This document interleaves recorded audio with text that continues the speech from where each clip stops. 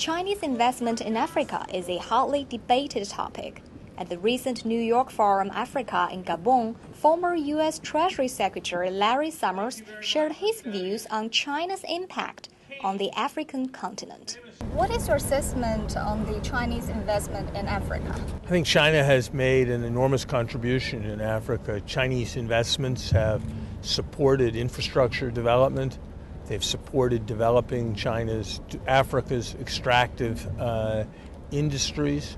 They've made some very important contributions. I think it will be very important for Chinese investors to learn the lesson that Western investors have learned over time, that investments that are carried on in a way that ultimately supports inclusive growth, that ultimately enables the country to grow more rapidly with many of its fellow citizens sharing in the growth, tend to work out better in the long run. How Chinese investors could help carry on to the continent's economy in a sustainable way?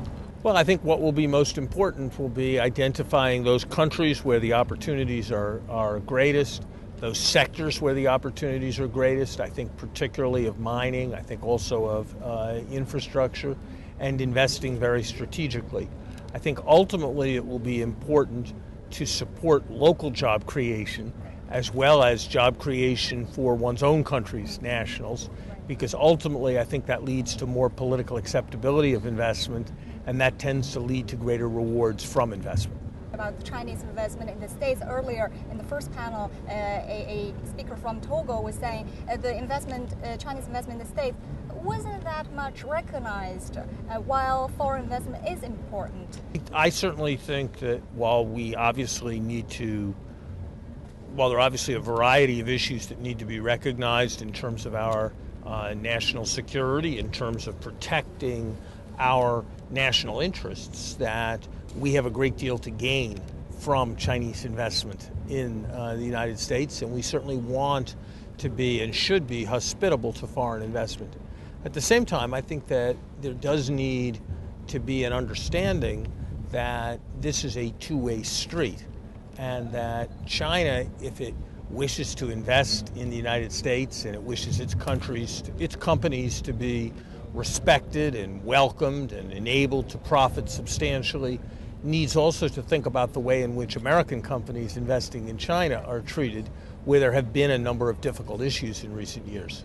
You mentioned that the Chinese new leadership, it shows some signs in terms of economic sort of reform, but it will be tested in the coming months. Can you elaborate on that?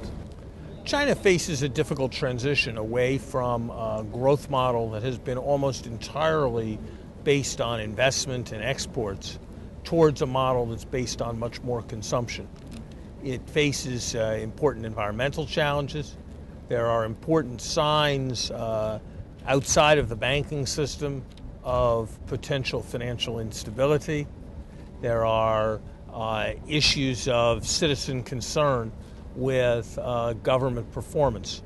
All of these things are potential challenges for sustaining economic growth, and there's no God-given assumption that growth proceeds at the kind of remarkable rate it has proceeded in China over the last 30 years.